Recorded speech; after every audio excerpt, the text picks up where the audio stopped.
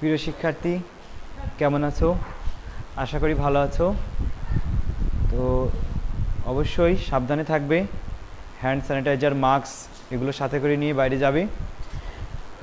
এসো, আজকে আমরা গুণগত রসায়নের পার্ট 3-এর কিছু গাণিতিক সমস্যার সমাধান করি। তো প্রথম গণিতটা ছিল হাইড্রোজেন পরমাণুর জন্য এমতম কক্ষপথের ব্যাসার্ধ নির্ণয়। আমি তোমাদের আরও কয়েকটি ক্লাসে, অর্থাৎ গত ক্লাসে ব্যাসার্ধ নির্ণয়ের সূত্র, গতিবেগ নির্ণয়ের সূত্র, শক্তি নির্ণয়ের সূত্র, এসআই এককে কী হবে, সিজিএস একক কী হবে, এগুলো কিন্তু নির্ণয় করে দেখিয়েছি। আজকে আমরা সেই সূত্রকে কাজে লাগিয়ে গাণিতিক সমস্যাগুলোর সমাধান করব। নিউক্লিয়াস, কক্ষপথ 2, 3, 4, এটাকে বলা হয় কে সেল, এটাকে বলা হয় এল সেল, কে এল, এটাকে বলা হয় এম সেল। এখন এই এম সেলের দূরত্ব, অর্থাৎ কেন্দ্রের নিউক্লিয়াস থেকে এখান থেকে দূরত্ব অর্থাৎ আর। এখন দেখো প্রথম কক্ষপথ, দ্বিতীয় কক্ষপথ, তৃতীয় কক্ষপথ অর্থাৎ R3, অর্থাৎ তৃতীয় কক্ষপথ মানে এম সেল, আর এম সেলের ব্যাসার্ধ নির্ণয় করতে হবে। কোন পরমাণুর জন্য বলো? হাইড্রোজেন পরমাণুর জন্য ব্যাসার্ধ নির্ণয় করতে হবে। যদি সিজিএস একক যদি বলে দেয় সিজিএস একক, এসআই একক যদি বলে দেয় এসআই একক। তবে যদি কোনো এককের কথা না বলে দেয় তাহলে অবশ্যই আমরা সিজিএস এককে ব্যাসার্ধ নির্ণয় করব। কেন? কারণ সিজিএস এককে ব্যাসার্ধের মানটা একটু বড় পাওয়া যায়, আর এসআই এককে ব্যাসার্ধের মান মানে এসআই একক এবং সিজিএস একক ব্যাসার্ধের পরিমাণ ঠিক থাকে, কিন্তু যেহেতু একটা বড় একক একটা ছোট একক, যেহেতু ব্যাসার্ধগুলো খুব ক্ষুদ্র ক্ষুদ্র, তাহলে যদি সিজিএস একক অ্যাপ্লাই করি তাহলে ওই ব্যাসার্ধের মানটা একটু বড় হয়। মানটা বড় হয় বলতে সাংখ্যিক মানটা একটু বড় হয়, কিন্তু সিজিএস একক থেকে এসআই এককে কনভার্ট করলে ব্যাসার্ধ পরিমাণ তো ঠিকই থাকে। এখন ব্যাসার্ধ নির্ণয়ের সূত্র আমরা জানি, আর এন সমান N square H square by 4 pi square M Z E square. এখন যদি এইচ পরমাণু হয়, বা যদি না এইচ পরমাণুর কথাই বলা আছে, এইচ পরমাণুর জন্য অর্থাৎ হাইড্রোজেন পরমাণুর জন্য এমতম কক্ষপথের ব্যাসার্ধ নির্ণয় করো। তাহলে এখন এন সমান সমান, আমরা যদি এম কক্ষপথ হয় তাহলে এন সমান সমান তৃতীয় কক্ষপথ, তাহলে 3 হবে। এইচ মানে প্লাঙ্কের ধ্রুবক, প্লাঙ্কের ধ্রুবকের একটি মান আছে 6.626 × 10⁻⁻27 ERG আর্ক ডট সেকেন্ড। এবার পায়ের মান তোমরা জানো, পাই সমান 3.1416। এবার এম হচ্ছে ইলেকট্রনের ভর, যেহেতু আমরা সিজিএস একক অ্যাপ্লাই করছি তাই সিজিএস এককেই ইলেকট্রনের ভর নিয়ে নেব 9.1 × 10⁻28 গ্রাম। এখন ইউ, তাহলে এর মানটাও আমরা সিজিএস এককে নিব 4.8 × 10⁻⁻10 ESU। এখন এমতম কক্ষপথ মানে তৃতীয় কক্ষপথ, তাহলে এনের স্থলে 3 বসাও, আর 3 সমান 3 তারপর স্কোয়ার ইন্টু 6.626 × 10⁻⁻27 ভাগ 4 × 3.1416, তারপরে স্কোয়ার ইন্টু এর মান 9.1 × 10⁻⁻28। এখন দেখো জেড কিন্তু হাইড্রোজেন পরমাণুর জন্য 1 হবে, তাহলে 1 × 4.8 × 10⁻⁻10 তার উপরে স্কোয়ার। এখন আমাদের এটাকে ক্যালকুলেশন করতে হবে। ক্যালকুলেশন করলেই আমরা হাইড্রোজেন পরমাণুর জন্য এমতম কক্ষপথের ব্যাসার্ধ নির্ণয় করতে পারবো। ক্যালকুলেশন করি 3 কে স্কোয়ার করলে 9 × 6.626 × 10⁻⁻27, তাহলে উপরে হবে 5.96 × 10⁻⁻26 ভাগ, এবার নিচে এসো 4 × ব্র্যাকেট 3.1416 ব্র্যাকেট ক্লোজ, তারপরে square into first bracket 9.1 × 10⁻⁻28 bracket close, আর এবার ইন্টু 1 লাগবে না, into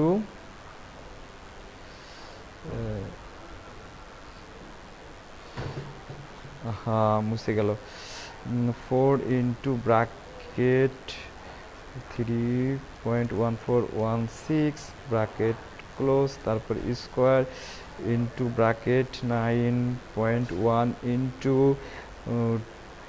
10 to the power minus 28 bracket close into 4.8 into 10 to the power minus 10 bracket close, তারপর স্কোয়ার দাও 8.277 into 10 to the power minus 45।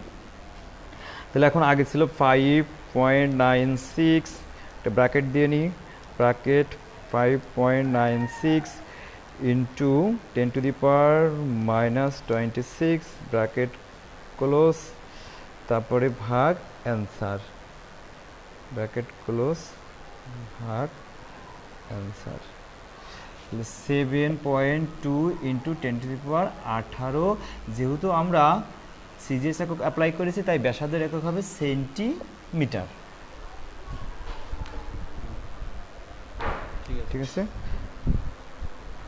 আচ্ছা এখন এসো আমরা পরবর্তী গণিতে চলে আসি।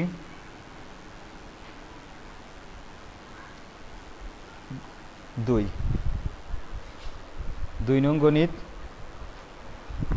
2 নং গণিতে বলা আছে হাইড্রোজেন পরমাণু দ্বিতীয় কক্ষপথের ব্যাসার্ধ নির্ণয় করো। হাইড্রোজেন পরমাণু দ্বিতীয় কক্ষপথের ব্যাসার্ধ নির্ণয় করো। তাহলে দ্বিতীয় কক্ষপথের ব্যাসার্ধ নির্ণয় করো, অর্থাৎ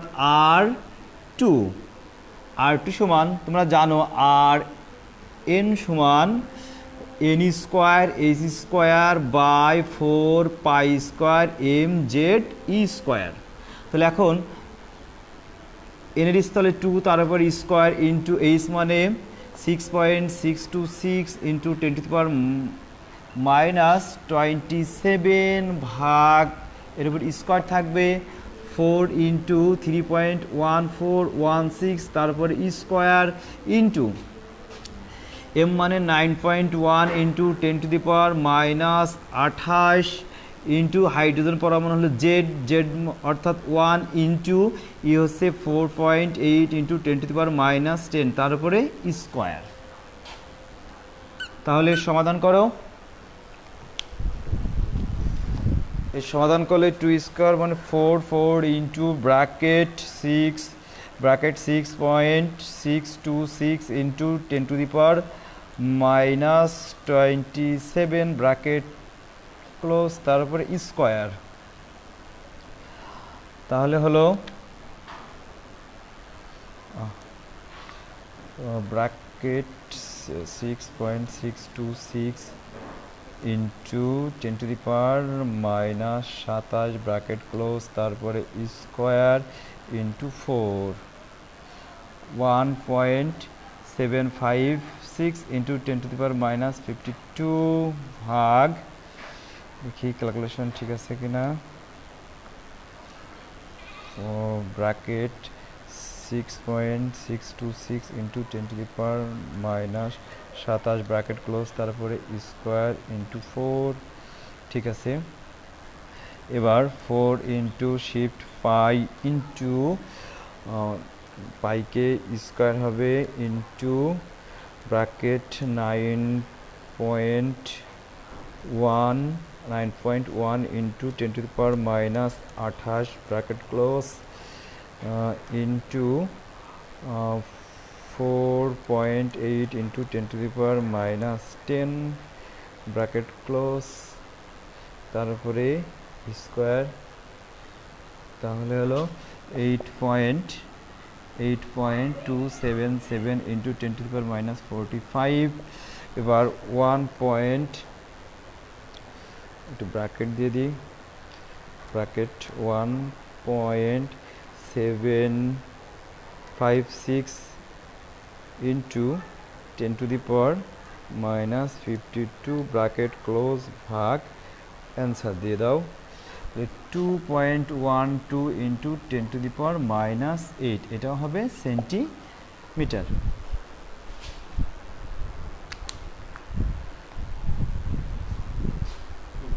মাস্টার কোথায়?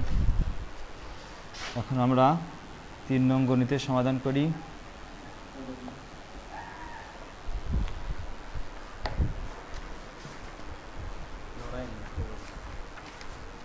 তিন নং গণিতে বলা ছিল, দেখাও যে পরমাণুর প্রথম কক্ষপথে ঘূর্ণনরত ইলেকট্রনের গতিবেগ আলোর গতিবেগের 10⁻² গুণ। খেয়াল করবা, প্রথম কক্ষপথে ঘূর্ণনরত ইলেকট্রনের গতিবেগ, তাহলে প্রথম কক্ষপথে ঘূর্ণরত ইলেকট্রনের গতিবেগ আগে বের করা দরকার। আর প্রথম কক্ষপথে ঘূর্ণরত ইলেকট্রনের গতিবেগ আর যদি কোনো কিছু না বলে সেটা অবশ্যই হাইড্রোজেন পরমাণুর জন্য। আর প্রথম কক্ষপথে ঘূর্ণরত ইলেকট্রনের গতিবেগ নির্ণয় করতে হলে ভিএন দরকার। ভিএন সমান 2πzE²/NH। তাহলে জেড সমান 1, E সমান 4.8 × 10⁻10 ESU, আর N সমান প্রথম কক্ষপথ 1 আর H সমান হবে 6.626 × 10⁻27 ERGR.s। মানগুলো বসাও। 2 × 3.1416 × z × 1 আর 4.8 × 10⁻10 তার উপরে স্কোয়ার ভাগ n × 1 6.626 × 10⁻27। এখন এটা ক্যালকুলেশন করে ফেলি। 2 × shift 5 into bracket 4.8 into 10⁻10 bracket close, তারপরে স্কোয়ার 1.4476 into 10⁻18, আর এটাকে ভাগ করতে হবে 6.626 into 10⁻27 ব্র্যাকেট ক্লোজ। তাহলে 6.626 into 10⁻27 দ্বারা ভাগ করলে 2। আচ্ছা, আমরা সাইন্টিফিক মানে চলে আসি যে 218.47 into 10⁶। আর এটাকে যদি আমরা আরও একটা ঘর এই পাশে দিয়ে দিই তাহলে 2.1847 into 10⁸।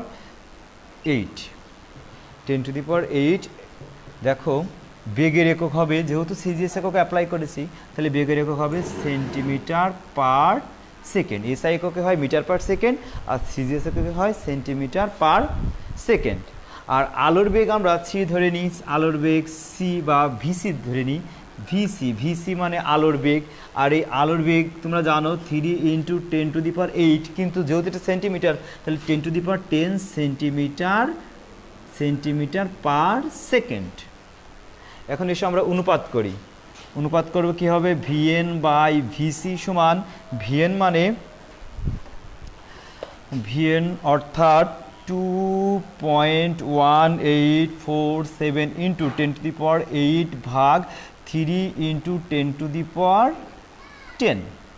এখন খুব সহজ একটি পদ্ধতি আছে, 2.18 ভাগ 3 তাহলে হবে 0.726 আর ইন্টু 10⁻, উপরে উঠাই নাও 8 আছে 10, তাহলে বাদ দিলে -2।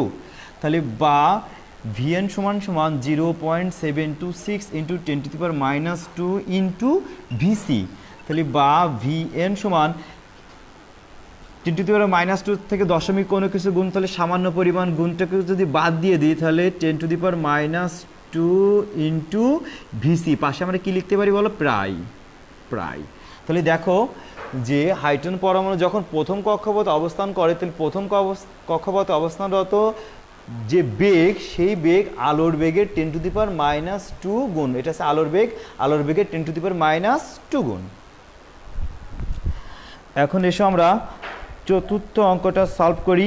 একটি ইলেকট্রন হাইড্রোজেন পরমাণুর প্রথম কক্ষপথ থেকে তৃতীয় কক্ষপথে গেলে কক্ষপথের ব্যাসার্ধ কত গুণ বৃদ্ধি পাবে? তাহলে প্রথম কক্ষপথ থেকে তৃতীয় কক্ষপথে গেলে ব্যাসার্ধ কত গুণ বৃদ্ধি পাবে? তো প্রথম কক্ষপথে ব্যাসার্ধ কত ছিল? আগে নির্ণয় করি, তারপর তৃতীয় কক্ষপথে ব্যাসার্ধ কত ছিল নির্ণয় করি, তাহলে তারপর আমরা অনুপাত করব। এখন তোমরা যদি প্রথম কক্ষপথে ব্যাসার্ধ নির্ণয় সূত্র অ্যাপ্লাই করে মানগুলো বসিয়ে প্রথম কক্ষপথে ব্যাসার্ধ নির্ণয় করতে পারো, অনুরূপ করে তৃতীয় কক্ষপথের ক্ষেত্রে n = 3 বসায়েও ব্যাসার্ধ নির্ণয় করতে পারো, অথবা এটা না করে মানগুলো বসিয়ে কাটাকাটি করে তাহলে খুব সহজে সলভ করে নিতে পারো। তাহলে দেখো প্রথম কক্ষপথে যখন ব্যাসার্ধ আর এন এর সূত্র হচ্ছে, মূলত ব্যাসার্ধের সূত্র হচ্ছে আর এন সমান n² h² / 4π² mz² এখন প্রথম কক্ষপথের ব্যাসার্ধ মানে r1 সমান, তাহলে n এর স্থানে 1 লিখো, তাহলে 1² মানে 1, আর 1 মানে শুধু থাকে h, তার উপরে e², তাহলে 4π² mz²। এখন তৃতীয় কক্ষপথ অর্থাৎ r3 লিখো, r3 লিখলে n এর স্থানে 3 হবে, 3 কে স্কোয়ার করো, h² করো, 4π² mz²। এখন আমরা r1/r3 করতে পারি, r3/r1 করতে পারি, যেটা চাইবে তার উপর ডিপেন্ড করে। চাইছে যে একটি ইলেকট্রন হাইড্রোজেন পরমাণু প্রথম কক্ষপথ থেকে তৃতীয় কক্ষপথে গেলে, প্রথম কক্ষপথ থেকে তৃতীয় কক্ষপথে গেলে কত গুণ বৃদ্ধি পাবে। তাহলে এখন তৃতীয় কক্ষপথে গেলে কত গুণ বৃদ্ধি পাবে, তাহলে r3টা আগে করে নিব, তাহলে একবারই বইয়ের কথার সাথে মিলে যাবে। তাহলে r3/r1, আর r3 মানে 3² h² / 4π² mz², আর যেখানে অনুপাত করবা গুণ করলে এটা উল্টাই যাবে, তাহলে 4π² mz² / h²।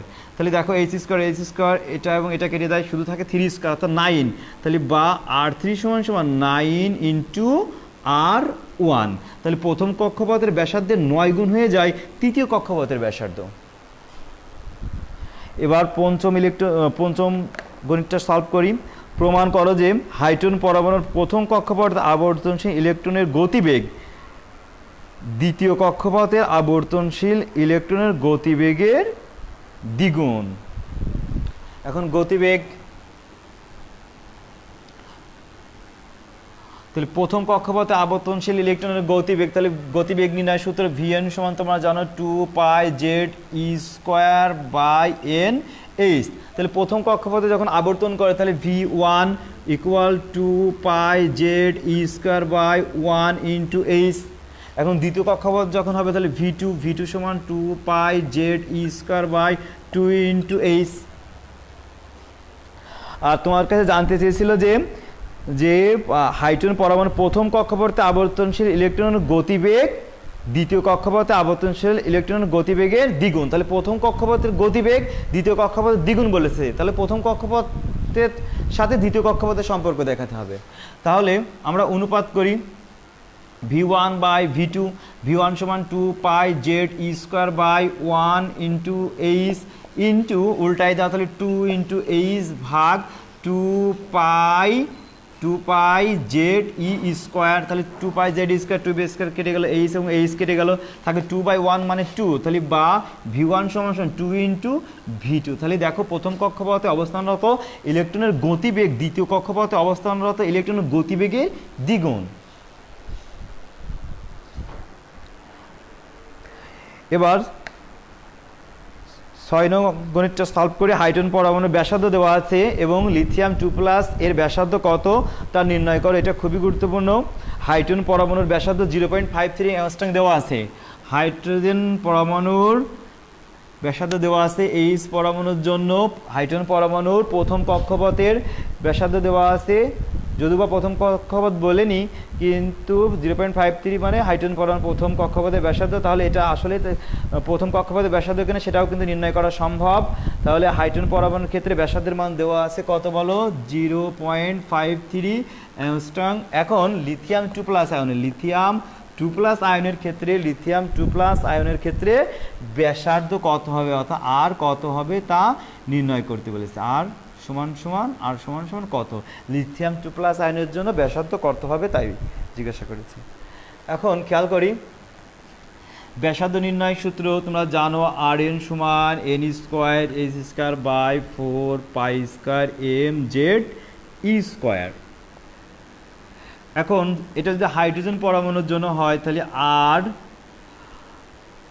আর এন সমান প্রথম কক্ষপথ হলে এন, অথবা তুমি এনের জায়গায় হাইড্রোজেনের জন্য এইচও লিখে রাখতে পারো। তাহলে 1 স্কোয়ার এইচ স্কোয়ার ভাগ 4 pi square M Z square. আর লিথিয়াম 2 প্লাসের জন্য, লিথিয়াম 2 প্লাস এর জন্য তাহলে আর এন, অর্থাৎ এখানে আমরা লিখে দিই আর লিথিয়াম প্লাস। আচ্ছা, আর লিথিয়াম প্লাস। আর আরও একটা কাজ করা যায়, এখানে আর ওয়ান না দিয়ে যদি আমরা আর এইচ লিখে দিই, তার মানে এটা হাইড্রোজেন পরমাণু ব্যাসার্ধ, আর আর লিথিয়াম 2 প্লাস মানে লিথিয়াম পরমাণু ব্যাসার্ধ। যদি এখানে এইচ লিখি তাহলে এখানে তখন কততম কক্ষপথ সেটা কিন্তু তোমরা জানতে পারবে না, তখন তোমার এনই লিখে রাখতে হবে। তাহলে এন স্কোয়ার এইচ স্কোয়ার। এখন লিথিয়াম 2 প্লাসের জন্য আমরা সূত্র জানি N square H square by 4 pi square M Z E square. এখন দেখো কক্ষপথের সংখ্যা এটা কিন্তু কনস্ট্যান্ট নয়, H constant, pi constant, M constant, Z constant, E constant. যেহেতু এই কক্ষপথের সংখ্যা এখন কনস্ট্যান্ট নয়, তাহলে আমরা এনের স্থলে আমরা এন এক্স অথবা এনের জন্য যেটা দরকার সেটা লিখে নিতে পারি। আচ্ছা, আমরা এটাকে আমরা n1 দ্বারা প্রকাশ করে নিলাম। তাহলে এখন এই n1 সমান সমান লিথিয়াম 2 প্লাস, যখন লিথিয়াম প্রথম কক্ষপথ 2টি ইলেকট্রন হিলিয়াম, দ্বিতীয় কক্ষপথ 1টি ইলেকট্রন লিথিয়াম। আর লিথিয়াম যখন 2 প্লাস করা হয় তাহলে এখান থেকে একটি ইলেকট্রন নাই এবং এখান থেকে একটি ইলেকট্রন নাই, কিন্তু প্রথম কক্ষপথে একটি ইলেকট্রন বিদ্যমান রয়েছে। তাহলে কক্ষপথের সংখ্যা কিন্তু এই n1 সমান সমান এই 1ই রয়ে গেছে। আর এই যে n হাইড্রোজেন পরমাণুর জন্য যেটা ছিল, সেই হাইড্রোজেন পরমাণুর জন্য n সমান সমান 1। এখন কিন্তু জেড পরিবর্তন আছে, জেড সমান সমান লিথিয়ামের জন্য পারমাণবিক সংখ্যা হচ্ছে 3, কিন্তু যদি হাইড্রোজেন পরমাণু হয় তাহলে সেক্ষেত্রে জেডের মান কিন্তু 1 হবে। তাহলে এখন আমরা এখান থেকে একটু ক্যালকুলেশন করি, 1 কে স্কোয়ার করলে 1, তার মানে থাকে হচ্ছে এইচ স্কোয়ার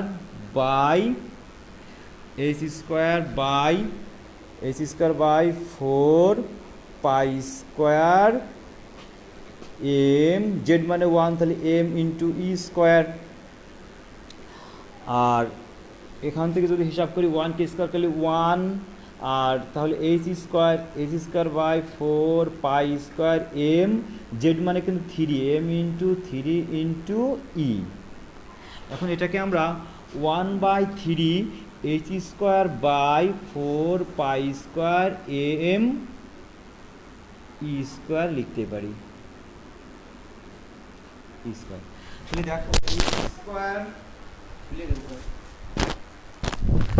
তাহলে দেখো H square by 4 pi square M E square মানে হচ্ছে আর এইচ, আর আর এইচ মানে তার ব্যাসার্ধের মান দেওয়া আছে, এটাকে আমরা আর এইচ দ্বারাই প্রকাশ করে দিলাম। আর এইচ সমান ব্যাসার্ধের মান দেওয়া আছে। আর এখন এইটুকু যদি 0.53 অ্যাংস্ট্রং হয় আর একে 3 দ্বারা ভাগ করলে তাহলে লিথিয়াম 2 প্লাস আয়নের ব্যাসার্ধ পেয়ে যাবে। তাহলে 1/3 ইন্টু 0.53 অ্যাংস্ট্রম।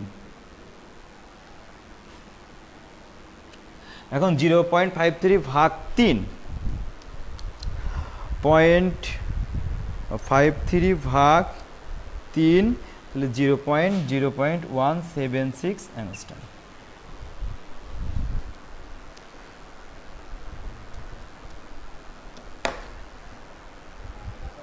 এখন দেখো হাইড্রোজেন পরমাণু প্রথম কক্ষপথের ব্যাসার্ধ দেওয়া আছে, পঞ্চম কক্ষপথের ব্যাসার্ধ নির্ণয় করো। এখন দেখো অন্য কোনো পরমাণু না, হাইড্রোজেন পরমাণুরই প্রথম কক্ষপথের ব্যাসার্ধ দেওয়া আছে, পঞ্চম কক্ষপথের ব্যাসার্ধ নির্ণয় করতে হবে।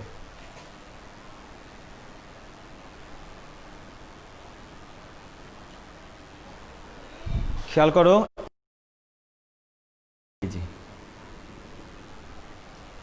তাহলে প্রথম কক্ষপথের ব্যাসার্ধ মানে R1 এর মান দেওয়া আছে, R1 সমান 0.53 অ্যাংস্ট্রম দেওয়া আছে প্রথম কক্ষপথের ব্যাসার্ধ, হ্যাঁ 0.53 অ্যাংস্ট্রম। এখন পঞ্চমতম কক্ষপথের ব্যাসার্ধ কত তা নির্ণয় করতে বলেছে, এটা 7 নম্বর অঙ্ক হবে।